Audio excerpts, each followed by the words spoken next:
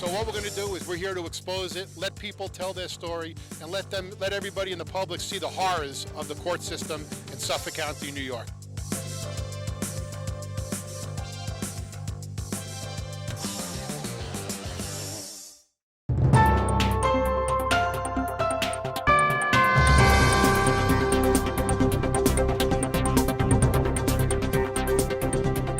Long Island Backstory with Chief Correspondent Gary Jacobs. Hello, I'm Gary Jacobs, and welcome to another edition of Long Island Backstory. My next guest is an attorney, a personal injury attorney by the name of David Kaufman, right here in Suffolk County. Offices in Central Islip, and I'm really glad that I have the opportunity to sit down with David Kaufman to discuss personal injury, what it's about. This is our second show that we've done with Mr. Kaufman because he had so much information the first time.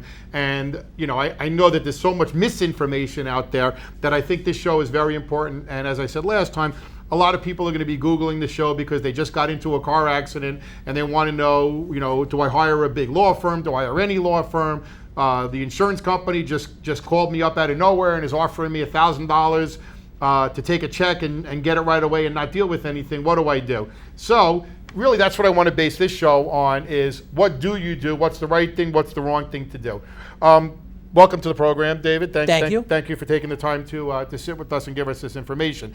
The first thing I want to discuss as personal injury, and I know you don't do that much of this anymore, but you have done it, is medical malpractice. Because I have people who have called me, and I'm sure all of us have, when they say, hey, the doctor messed up and my mother died, my father died. Unfortunately, we all die some point. And when somebody dies, we're all angry. And it's easy to second guess and say, the doctor did something wrong. And of course, sometimes doctors do something wrong. But at the end of the day, if you're a cancer doctor, for example, you're treating pancreatic cancer, your results are not going to be great. Is that person always, when does something become malpractice is I guess, what I'm asking. I know we all want someone to be responsible when it's a natural, I think, that you want somebody to, you're mad, you want someone to be responsible. So medical malpractice or any malpractice, legal malpractice, there's architectural malpractice, but any malpractice is a deviation from a standard of care. In layman's terms, it's doing something that another practitioner would not have done under the same or similar circumstances, or failing to do something that somebody else would have done. So in the oncologist, the cancer doctor situation, there are doctors who take very difficult cases that no other doctors will take. And in those cases, is it possible to have malpractice? It is. But for the most part, that doctor has to do something different and that another doctor wouldn't have done, or fail to do something that another doctor in his or her circumstance would have done. Right. So, is malpractice common? So because you live it, so I'm sure everybody calls it. So a couple of years ago, the New England Journal of Medicine said that, I think they said that over 350 people were dying every single day based upon medical malpractice errors. But most of it goes unaddressed. Most of it is stuff that happens in the hospital. Some of it is not integrally linked to the cause of death, but contributes in some way. But is medical malpractice common? I don't know anymore. I'm not a doctor. All I know is for the most part, I do get a lot of phone calls from people when there's a bad result. And right. A bad result does not mean medical malpractice. Well, I think that's probably, Yeah, that's right. the key thing is that you got to, That's the start. prove that. Now, as far as malpractice, what about an attorney? You mentioned malpractice. And there's, can you sue an attorney for malpractice? I have. Really? I have. It was a while. I'm just telling you right now, your yes. phone is going to ring off the hook because everybody says, I can't find an attorney who's going to sue for malpractice. So you may want to qualify that. Here's the situation. A guy comes to me and he was 24 years old and told me he'd been in a car accident when he was 13. So I already knew that a long period of time, so that's a statute of limitations issue. The lawyer that took the case practiced law on a part-time basis. He was an employee of New York City, so he worked in the legal department. And I knew that this young man was seriously injured because you could tell. Let's leave it at that. And when I looked into the case, I found out that the lawyer had been lying to the family, this young man and his mom who he lived with and took care of him, for all that time. And when I contacted the lawyer eventually, and he was 80 years old at the time, Wow. he told me on the phone when I kept sending him letters, subpoenas for a copy of the legal file, he said, I lost the file and didn't have the heart to tell the family. Wow. Eventually, that lawyer's 2 sons called me and we settled the case. Wow. So there's no Yeah. statute of limitations on that? Well, there is a statute of limitations, but this lawyer had been perpetrating a fraud on his client, so the statute hadn't begun to run. So explain the statute of limitations.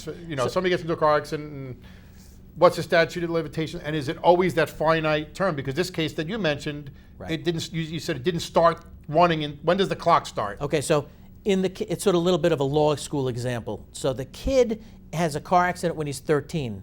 Now in New York State, you have a claim until you're 18, and then your statute runs for 3 years. So the kid could have started this lawsuit till he was 21. But the kid could sue the lawyer when he discovers the fraud, so to speak. Okay. Okay. But in a normal car accident, you have about 3 years. You have 3 years from the date of the accident, unless you're in an accident with a municipal, like a town truck or a post office truck or something. And then there's different statutes. Longer or shorter? It's always shorter. They always make it shorter. They always cut it short. Right, The statute of right. limitations, it does not get longer. Yeah. It always gets shorter. So what about suing the I know that's a big big thing. There's sections of the court that are just for suing municipalities. They're getting sued all the time. Is that because people say they're an easy target and they're going to settle out of court, or there's more? As a lawyer, and somebody comes to you, do you go, oh yes, he got hit by a county worker, he got hit by a postal worker. This is going to be a much easier case for me. Cases against the county or any municipal agency normally take longer. In my experience, the judges just give the litigants a little more leeway. They give the town, the state, the city more leeway on orders, on discovery, on things that need to be done. They're just a much bigger entity, and it's much more difficult for them to get moving, to get out of their own way. Right. So it's not easier. And I'm not happy when Well, usually, sort of. We're taxpayers. Exactly. So, like on one side, you're like, hey, yeah, sue. The other side, shit, I got to pay for this. It's coming out of my it's coming out of my pocket. It's real money. That's my tax work. Exactly. Tax dollars at work. But of course, if somebody's truly injured, if they're truly you injured, want them to be. If it's a legitimate compensated, case, then they have a case. If you have a case, you have a case. Absolutely. What about these asbestosis, mesothelioma? How do you even know that something was caused by something 20 or 30 years ago? And what do you do? Do you go to a big firm? Do you handle these type of cases? Well, so I don't handle those cases, but what I do is I will do the intake because I know something about them, and then I will figure out which firm is the right firm to hook you up with. Basically, you find out that you have a asbestos case because you're diagnosed with asbestosis or mesothelioma. Mesothelioma is a terrible disease, and it's 100% fatal. It normally kills people within 12 to 18 months, and there's no known cure. Although I got to tell you, I've heard recently that there's something happening in that area. Asbestosis affects the lungs and the breathing, and what's happened is this. There were so many companies that were using asbestos or in the construction of buildings, in the insulation of military ships, and all kinds of stuff, that the courts devised a remedy because people would, 20 years later, come up with asbestosis or mesothelioma and say, I don't know, I used to work at this power plant where there was a lot of asbestos. Right. And they couldn't really say it was that power plant or that power plant How or do this you know? place. So the courts devised a remedy, and they basically said, listen, you 3 big power plants had 99% of the workforce and the asbestos in this general area. So if somebody comes into our courthouse and they're from that general area and they can prove that they worked at one of those places, you are going to have your market share. But if you don't know where you got it, but it's only caused by asbestos, do you have a claim, or do you have to know where or have an idea of where you got this from? We lawyers can basically figure out where it came from. I actually had a case that I handled, and it was a child of the father worked at a place that created the doors in big buildings, and it was like a fire door, and there would be asbestos in between the panels. And he would work at this job, and then he would go home, and he would pick up his son, and there would be asbestos fibers on his jacket, his shirt. God. And that's how the son, the kid, got it. Wow. Crazy, right? And they get settlements for that? Yes. Oh, yeah. And who's paying it out, though? Because The companies. the company who made asbestos, or the Yeah. company? Well, or I their mean, what if they're not around? I mean, Or their aren't insurance they out of companies. money? Or their insurance companies. These companies made a lot of money. I mean, that's insane. And the 'cause you hear insurance about- companies have a lot of money. Right. So what about drug companies? On TV at night we see, did you take this drug and suffer a heart attack? Did you take this drug and bleed? Did you take this drug and kill yourself? You know, what do you know? You know, are they just ambulance chasers, or is there a real thing? And can you collect on these, or should you collect on them? Should you call that company? You can collect on them. You shouldn't call the company. You should call a lawyer. Call me. And nowadays, there are millions of drugs on the market, but certain few of these drugs have had side effects that the companies knew about. Some of them have been hidden from the general public, from the FDA, from the governmental entities that are responsible for protecting us, because there's a big profit in drugs. The drug industry is a billion-dollar industry, and if they have a high incentive for getting paid, and not so much of an incentive for protecting people sometimes. So, bottom line is, if you think you have a claim for any kind of a drug thing, there's the mesh. asbestos mesh, not asbestos, the mesh that they have For the hernias. for hernias. There's breast implants. breast implants. They changed the implants now. They're much safer. There's talcum powder. Women were putting talcum powder on their intimate areas and getting urethral, vaginal cancer, all kinds of stuff like that. And they can sue for that? Yeah. Wow. Oh, yeah. Interesting. So explain to everybody watching, and to me, the difference between the courts, the federal court, district court, civil court. Okay. Where do these cases go? What's the difference? Do you choose as a litigant where you go? Okay, so first, there's criminal versus civil. Criminal is the police, they arrest you, that's one thing. Forget about that. Civil court. If there's federal and state. In federal court, there's a couple of different levels, but for the most part, there's the trial courts, and then there's the appeal courts. And in federal court, to get to a trial court, you have to either sue or have a claim against an out-of-state litigant, somebody in New Jersey, let's say, or a federal entity like the U.S. Postal Service. So if I'm driving down the street and a post office truck hits me, I've got a case against the post office, and it's got to be filed in federal court. It has to be. There's no choice. No choice. Okay. No choice. And if I file a case in state court and it's against an out-of-state person, like somebody from New Jersey, they have the option of removing it to federal court. That happens occasionally. And then there's state court. And state court has different jurisdictions. They've got... Hold on one second. Okay. I can't get that out. Wait a second, then go back to state court has different jurisdictions. State court has different levels and different jurisdictions. There's state family court, state criminal court, as I mentioned. There's state commercial court, so state supreme court, state civil court, state district court, state small claims court, county court. The bottom line is, if you think you have a case, if you think you've been wronged, and for me, if you think you've been injured or you have been injured, call me. I'll figure out the courts. I need some water. Hold on. Some cough medicine or something. Uh-oh. It'll pass. Can I sue? I'm not sharing. I'm Oh, not you could sharing sue. water. Oh, you could sue.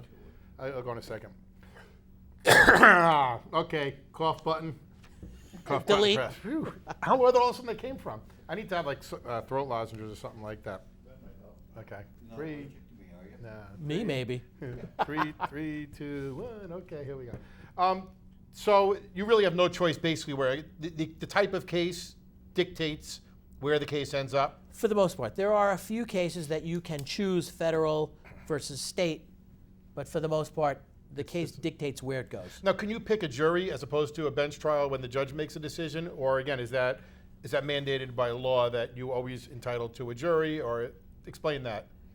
For the most part, in accident or injury cases, we're entitled to a jury, and for certain strategic reasons, there are times that I don't opt in for a jury. You have to actually pay for a jury. Really? Yeah, you have to file for it. You got to pay a filing fee. Interesting. I didn't know that. Oh yeah, and you got to request a jury. And depending upon the case, for the most part, I always ask for a jury. but there are certain cases that I would not ask for a jury. But on the other hand, then the defendant has the option to request a jury. If I don't, they can can. say they Yeah. want it. Okay. Yeah, So most of these cases you have a jury? Oh yeah, most cases are jury trial cases. So how long do these cases last? I mean, you hear people say, "Oh, I've been in court for 10 years for this case." I don't know if it's true, but you hear cases dragging on forever. How long can these cases take? Because listen, if you're hurt, you want the money, and I think Right. and I think part of the strategy is to wait the person out. Like if I got a poor person and I'm the insurance company, I say, this guy's got no money. Let's wait him out, and eventually he's going to be desperate for the money and take it. Does that happen? And you're right. I think that every delay is a benefit to the insurance company because they get to hold their money longer. Right. They make interest on their money.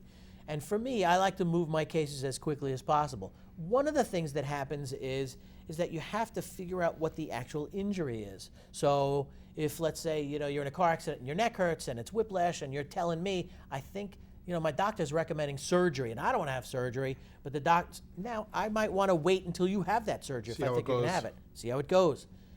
I may file the case anyway, thinking you're going to have the surgery, and then amend the damages. Okay. But that takes time. It delays things. But for the most part, yes, you're right. Every delay is a benefit to the insurance company, and it's a burden to the plaintiffs. But how long? So how long could they take if you want to push it forward? Let's say you did it, your injury's done, you broke your leg is healed. There's not going to be any more long-term effects. What are we talking? Are you talking a year, 2 years, 3 years? So in Suffolk, one of the things that we do is we rush to get to what's called certification. We tell the judge, we're ready for trial, judge, put the case on the calendar so that this way it pops up in the trial assignment part. You can give us a jury and we go out and try the case. That's important. But once you mark it ready, is there a time? If you go in and announce that you're ready, like in a criminal case, there's a timeline, 36. Is there anything like that in a case? No, There is none. doesn't exist. Okay, so they can go as long as they want? Well, it's not that they can go as long as they want. What happens is when we mark a case, when we say we're ready for trial, and we have to wait. Usually it's about 9 months in Suffolk Really? County, between 9 months and a year, somewhere around there, because there's a backlog of cases. Now, if you're in the Bronx, it's over 2 years, I believe, that you're waiting for your case to come up for trial. I spent about 10 years in the city trying cases, and in Brooklyn, it's a long time. The Bronx, it's a long time. Manhattan. So, I mean, you wait and you wait and you wait. Once you say that you're ready and you're in court and you have a jury, then the trial can last a certain amount of time. That depends on the case. So basically you're saying within 2 to 3 years, this case can be resolved if you want it to be? Usually, yes. Oh, okay. Depends on, if you file motions, if there's some extended amount of discovery for some reason, if the case, when you first file a case, the courts now give it a designation. It's expedited, standard, or complex. And depending upon what that designation is, they give it certain check marks or bookmarks where they take a look at it. Oh, note of issue, which is a certain thing, should have been filed, within 9 months, or should have been filed within, this amount of time. Now what if you're in a serious accident and you don't have a lot of money? You're out of work, you get workman's comp, which is peanuts, and it takes a while to get it. How do you live? I mean, if you're talking 3 years, if somebody's in a serious injury, they live on Long Island when your taxes are $15,000 a year, and you got food. And is there a temporary relief that you can get, or are you just stuck? If you're in a car accident, usually it's not workers' compensation, it's no fault. And no fault will pay up to 80% of your lost wages. But you have to apply for it, and you got to do it the right way, and you got to do it timely. Do you help somebody with that? Of course, Okay. of course. And I do that as a part of what I do. I don't charge anything for that. And so that you'll have the no fault. What happens though is the insurance company cut people off at no fault, and then the question is, what do they do? Right. And I'm sure you've had it, right? many times. And the question is whether they go on long-term disability, which doesn't provide a lot of relief. No, not a lot of money. Or in some cases, people have to get on with the rest of their lives. Like a broken leg does heal, and people who have had a broken leg can go back to work. It depends. They might not be able to do the same work that they did before the accident, but sometimes they've got to make a change. That's part of what I do. So how do they determine how much you're going to get in a claim? I mean, this is a complex question, but if somebody comes to you and says, okay, David, I twisted my arm over backwards and it hurt like hell for a year. I got 3 surgeries. Now it's better, but I can't lift my arm above my head anymore. How much is that worth to you? So the Do value. you know what it's going to be? With your experience, you have a range? I do. Okay. I do. And that comes with experience. It also comes with being able to do research. What you want to know is what is the highest amount that the courts, after all the appeals are done, have said is appropriate. Because it's one thing for a trial court, a jury, to do whatever they want to do, because you hear about runaway juries, you hear about large verdicts, but ultimately with those large verdicts, there's appeals, and there's a court that looks at it, and they lower the verdict down to something that they think is appropriate. That's the number you want to know. What is the highest sustainable value for that kind of an injury? Okay. And that's what it becomes. And is it, I mean, what factors go into play? I mean, somebody's 90 years old and they get into a car accident and they hurt themselves and now they don't have the same range of motion. I'm assuming they're going to get less than somebody who's 18 and has a different, has the same result. And yes, your life expectancy plays into it, your physical condition before the accident, but to some extent, they take you as they find you. It's the eggshell plaintiff. So if you're 90 years old, let's say, and you have only vision in one eye, and then in your accident, you lose that vision. Now, you're not going to be around for very much longer, but it could be another 10 years. Right. And you won't have any vision left at all. Now, instead of just one candlelight, it's gone. It's complete darkness. So that's worth a lot of. That's worth a lot of money, I think. All right. No, but what about pain and suffering? I think some things are easy. You need home care. You need somebody to help to get up the stairs. You can't do the same job anymore. But what is pain and suffering? My pain may be different than your pain, and I may say, oh my God, I've been in such horrible pain for the last 3 years. I think it's worth $1 million. Right. How does somebody put a price tag on pain and suffering? Isn't that where the big numbers come from? The big numbers come from lost wages. The big numbers come from the lifetime of care, the home modifications, if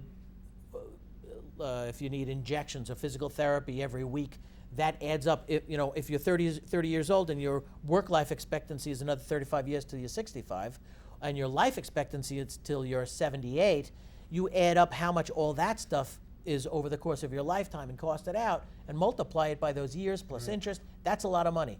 Pain and suffering can be a large amount also, but usually these big awards are based on something more concrete. Juries nowadays want something concrete.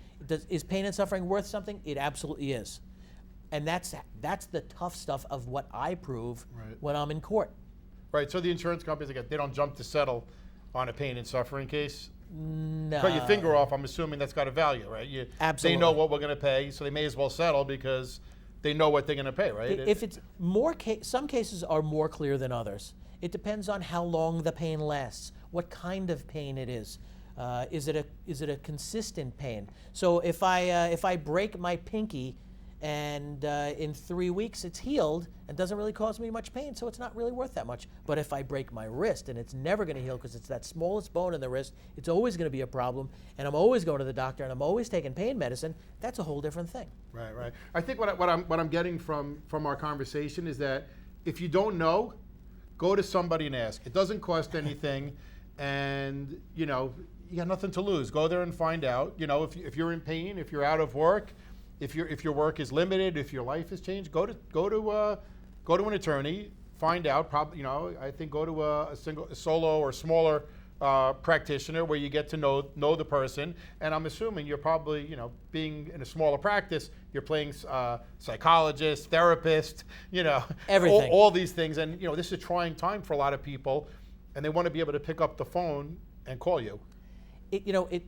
For a lot of people, it's the worst time they've ever experienced. They've left the hospital. The doctors are saying, certain things to them. Their family, is intimately involved in it, and nobody else wants to hear it for the most part, Right. It's the typical, my broken arm is a tragedy, but your broken arm is kind of funny. I'll sign your cast. Right. But for me, I have to guide them through this. I have to predict the future with them. I have to help them plan for the future and tell them and guide them, be part psychologist, like you said, part therapist, and an advocate, but a honest advocate.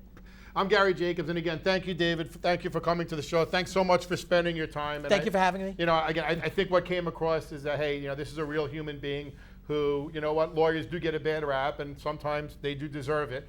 But in your case, if somebody needs it, you could be their lifesaver. Literally, you could be their lifesaver, their lifeline. And you don't want to make a mistake and go to the wrong person. So do some research. Go to somebody who's willing to take your case to trial, that's willing to talk to you, take your phone calls, not just put you to a paralegal or a secretary. And again, my guest was David Kaufman with offices in Central Islip. You can, I'm sure, Google him. You're on Facebook too? I am. Okay, so you can Google him. They can go on Facebook. You can reach him many different ways. Thank you for joining us, and we'll see you next week.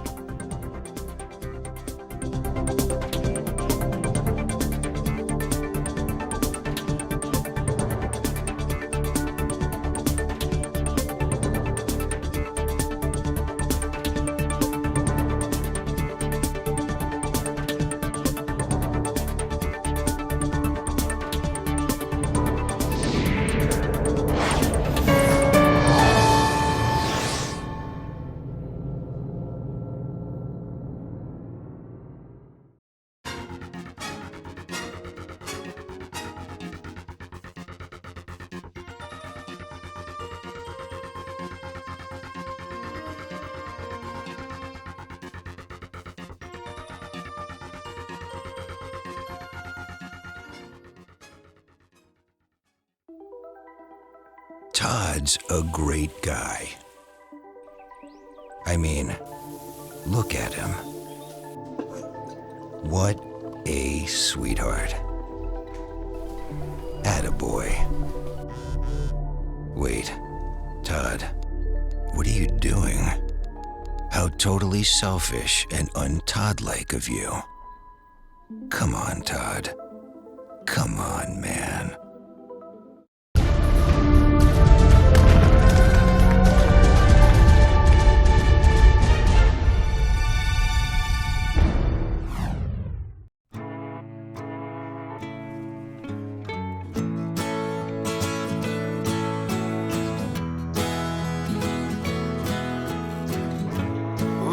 Son, tell him that I've begun to dream of things to come, and tell the trees not to look for me. I'm going to find some peace of mind. Wake the sun. Wake the sun, wake the sun, wake the sun.